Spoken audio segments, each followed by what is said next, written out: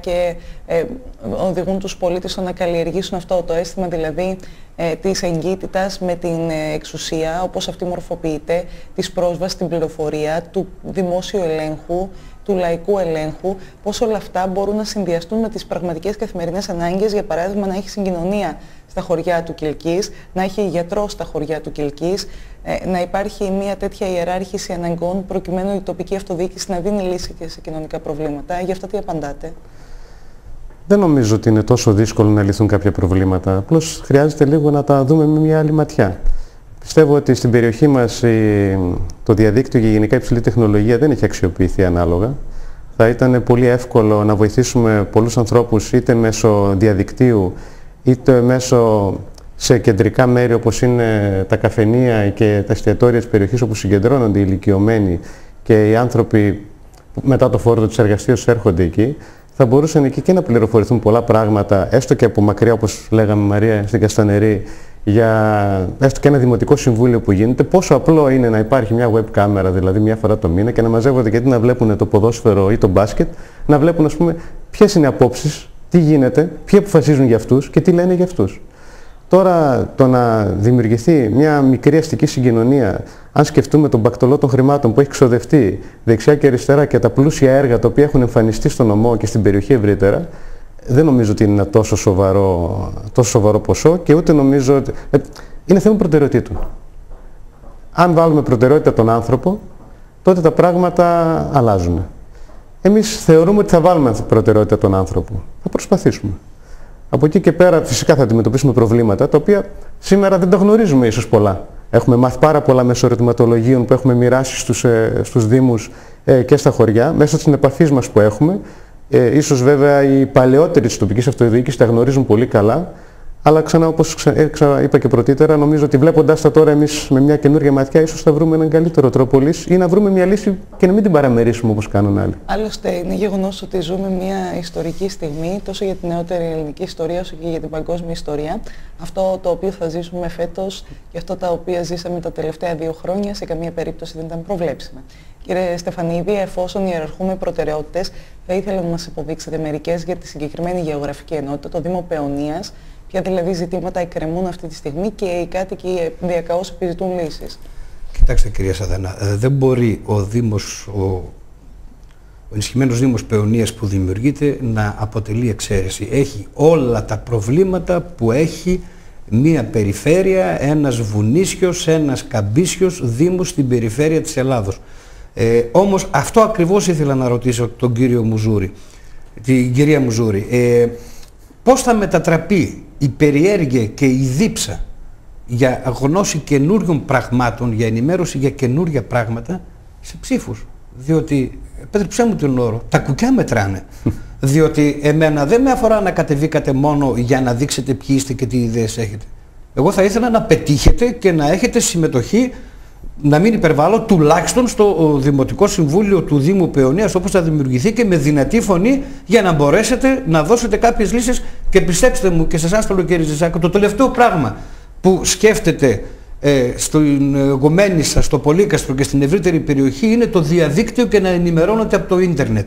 Είναι καινούργιες τεχνολογίες, εδώ όμως υπάρχουν πολύ σοβαρότερα προβλήματα καθημερινά. Και θα ήθελα να μου εντοπίσετε μερικά από αυτά. Δηλαδή, ουσιαστικά, σαφώς και θα δούμε το ίντερνετ, σαφώς και θα δούμε όλη την καινούργια τεχνολογία στην καθημερινότητα του πολίτη και με το δυναμισμό που δείχνει ότι διαθέτεται. Συγκεκριμένα πράγματα σε συγκεκριμένα προβλήματα που αντιμετωπίσατε. Να σας πω τώρα, διότι συναντήσαμε, μιλάω για χθες για την Καστανέρη, που έχουν οι άνθρωποι ένα σοβαρό πρόβλημα διάθεσης των καστάνων που μαζεύουν εκεί πέρα, της παραγωγής τους, και πέρσι μάλιστα οι άνθρωποι την πετάξανε γιατί λέει κάναμε εισαγωγή από την Τουρκία. Μάλιστα. Εγώ θα επιμείνω ότι το ίντερνετ είναι μια πολύ καλή λύση, διότι μπορείς να βγάλεις μια διαδικτυακή αγορά, οπότε να παρουσιάσεις τι αποθέματα έχουν αυτοί οι άνθρωποι, να βάλεις σε τηλέφωνο επικοινωνίας και να μπορούν όλοι απευθείας με τον παραγωγό να έρχονται σε επαφή. Πόσο απλό και τι κόστος έχει αυτό? Μιλάμε τώρα δηλαδή για τι κόστος, δηλαδή για 500 ή 200 ευρώ, πόση ιδέα χρειάζεται για να το φτιάξει αυτό? Κύριε Ζησάκο, συγγνώμη που διακόπτω. Οι κλήροι έχουν δοθεί στους δικαιούχους, τα καστανοχώραφα που λέμε έχουν δοθεί, γιατί υπήρχε ένα τεράστιο πρόβλημα ότι ακόμα οι κλήροι δεν έχουν δοθεί στους δικαιούχους στην περιοχή, στην Καστανερή. Έτσι είναι ακόμα σαφές αυτό. Αυτά θεωρώ πολύ σοβαρά προβλήματα τα οποία κάποια στιγμή... Κύριε Στεφανίδη, αυτή τη στιγμή υπάρχουν παραγωγοί καστάνου που χρησιμοποιούν χωράφια τα οποία δεν τους ανήκουν ή δεν τους έχουν παραχωρηθεί από το κράτος. Έγινε ως εξής, κυρία Σαδανά, όπως στην Χαλκιδική, όταν πέρασαν τα χωράφια από τα μοναστήρια στους κατοίκους που βρέθηκαν εκεί, το μέτρημα γινόταν με το πόσες ελιές υπήρχαν μέσα στο χωράφι. Στην περιοχή της Καστανερής η μοιρασιά των χωραφιών για χρήση, γιατί ακόμα οι κλήροι δεν έχουν δοθεί, γινόταν με πόσα τεμάχια δένδρου καστανιάς υπήρχε μέσα στο κάθε χωράφι. Και δυστυχώς βρισκόμαστε ακόμα σε εκείνη την εποχή. Αυτά είναι πράγματα τα οποία ενοχλούν και αυτούς οι οποίοι καλλιεργούν τα κάστανα. Βεβαίως το τεράστιο θέμα είναι των εισαγωγών καστάνων από ξένες χώρες. Νομίζω το έθιξε ο κύριος Ζησάκος και αυτή η προοπτική μπορεί να δώσει λύση αν σκεφτούμε ότι άλλες πρότυπες μονάδες σήμερα στην Ελλάδα με αυτόν τον τρόπο έκαναν γνωστά τα προϊόντα τους στο εξωτερικό και τα εξάγουν σε πολύ σημαντικές ποσότητες. Από την άλλη, ωστόσο, βλέπουμε ότι σε μια χώρα που επιθυμεί την ψηφιακή σύγκληση, το ψηφιακό κτηματολόγιο, την ψηφιοποίηση σε υψηλό ποσοστό από το Υπουργείο Αγροτικής Ανάπτυξης, εδώ οι ανταλλαγές γίνονται με πιστοποιητικά χρησικτησίας, κύριε Στεφανίδη. Ακριβώς. Αυτό είναι το καθεστώς το οποίο το πολεμάω, το παλεύω και με προβληματίζει και τέλος πάντων εγώ δημοσιογράφος είμαι. Εγώ μόνο πρέπει να το ανακοινώνω. Οι άνθρωποι έχουν πρόβλημα. Έχουν σοβαρότατο πρόβλημα στην ευρύτερη περιοχή. Κυρία Μουζούρη, ένα από τα πράγματα τα οποία δεν έχω απαντήσει αυτό που με ρώτησε ο κύριος Στεφανίδης. Ναι, ας έρθουμε. Πώς θα μετατραπεί. Με συγχωρείτε, απλά να μην αφήνουμε να πάτε στις ερωτήσεις γιατί είναι σημαντικές. Ρωτήσατε πώς θα μετουσιωθεί η δική μας η καλή διάθεση και ο δυναμισμός σε ψήφους. Έτσι. Όταν μιλάς με τον κόσμο και έχεις την αμεσότητα να δείξεις κάποια πράγματα, να το κοιτάξεις στα μάτια και να πιστέψει αυτό που του λες, να δει την ειλικρίνεια και να δει, ξέρετε, είναι πολύ σημαντικό, να δει ότι ακόμα και για αυτά που δεν γνωρίζουμε, έχουμε συναίσθηση της αγνοιάς μας. Αυτό είναι πάρα πολύ σημαντικό, γιατί έχουν βαρεθεί οι άνθρωποι να βλέπουν τον κόσμο, τον αυτοδιοικητικό, μια μεγάλη μερίδα του αυτοδιοικητικού κόσμου μέχρι σήμερα, να αναλαμβάνει ευθύνες και να παίρνει πρωτοβουλίες απέναντι σε πράγματα τα οποία δεν γνωρίζει. Εμείς, ακόμα και για αυτά που δεν ξέρουμε, αυτό το απλό πράγμα λέμε. Και έτσι νομίζω ο κόσμος πείθετο λένε και περισσότερο να μας πιστέψει. Ότι ναι, κάποια πράγματα τα ξέρουμε, κάποια τα έχουμε σπουδάσει. Πολλοί από εμάς είναι επιχειρηματίες πετυχημένοι, πολλοί από εμάς είναι άνθρωποι με σημαντικές σπουδές. Κάποιοι δεν είναι, αλλά είναι πολύ καλοί στον χώρο της δουλειάς τους. Αυτό λοιπόν ακριβώς το κομμάτι λέμε ότι ό,τι γνωρίζουμε το γνωρίζουμε και το ξέρουμε καλά. Ό,τι δεν γνωρίζουμε, έχουμε συναίσθηση του ότι δεν το γνωρίζουμε. Δεν θα προσποιηθούμε ποτέ ότι το γνωρίζουμε, τάζοντας πράγματα με στόχο στην επανεκλογή.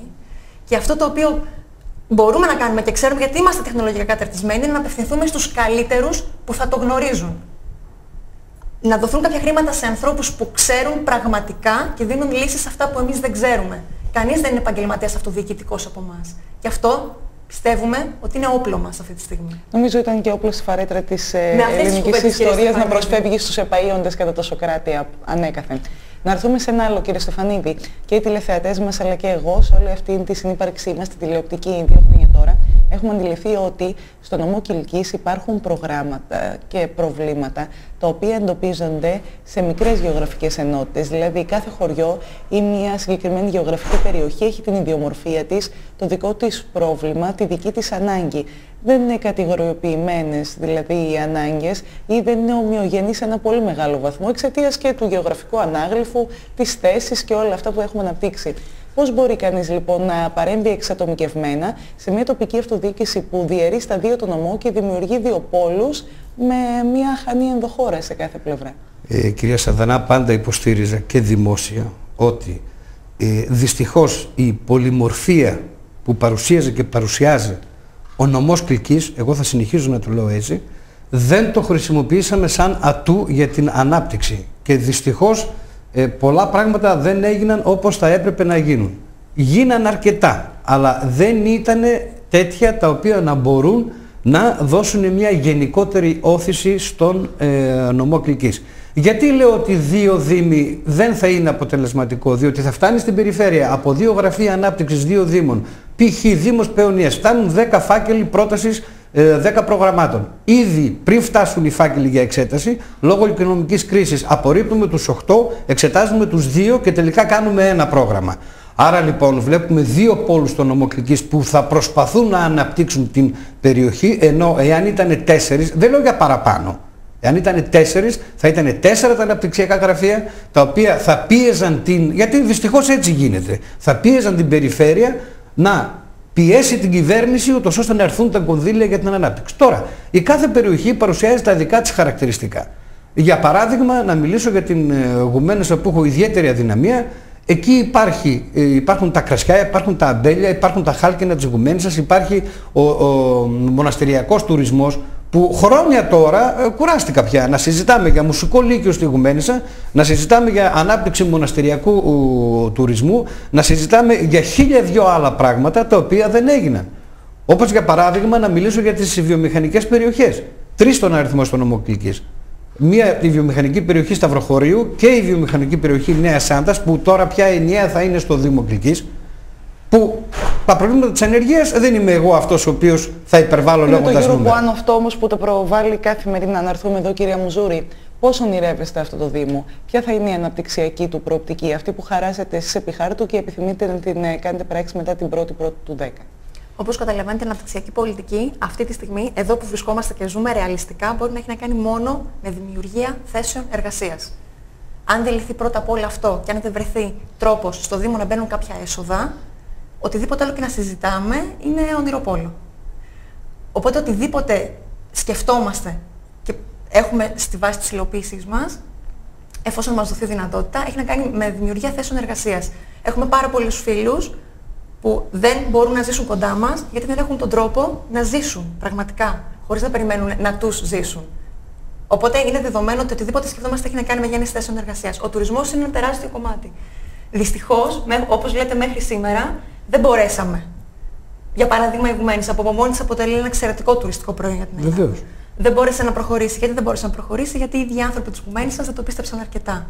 Μέσα στο Δήμο Παιωνίας είμαι αισιόδοξη ότι το κομμάτι, το παρυφιακό του Πάικου από την Γουμαίνισσα ως την Αξιούπολη, θα κατανοήσει όλος ο Δήμος ότι τα έσοδα που χρειάζεται για να προχωρήσει μπορούν να προέλθουν από αυτό το κομμάτι. Να έρθουν πολύ εύκολα, κυρία Μουζούρη. Αν κρίνω από το πόσο αγαπά την περιοχή αυτή, μόνο ο πληθυσμός. Δεν θέλει κόπο, θέλει τρόπο. Αυτό λέμε. Θέλει τρόπο και 10 ανθρώπους, όχι πολλούς, 10 ανθρώπους από τον ευρύτερο Δήμο, Ευρωπό, Αξιούπολη, Γουμαίνισσα, Πολύκαστρο και την κοινότητα των μεγάλων λιβαδίων, να πιστέψουμε ότι μπορούμε. Έχουμε καταφέρει πολλά πράγματα μέχρι σήμερα.